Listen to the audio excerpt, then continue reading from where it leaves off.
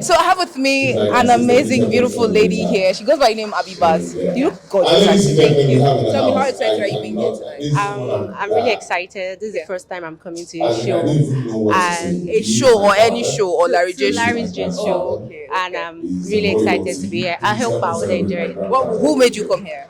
If any, my sponsor. So besides Larry J, do you have any other person? Do you have any other person you're looking forward to see perform tonight?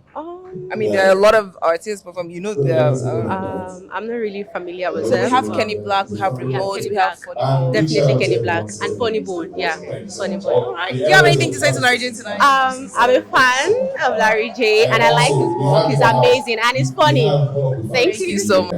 My pastors, they will, those people that are always praying for me. Like they are men of God, but they were men before God called them. When they were men, I knew them. When God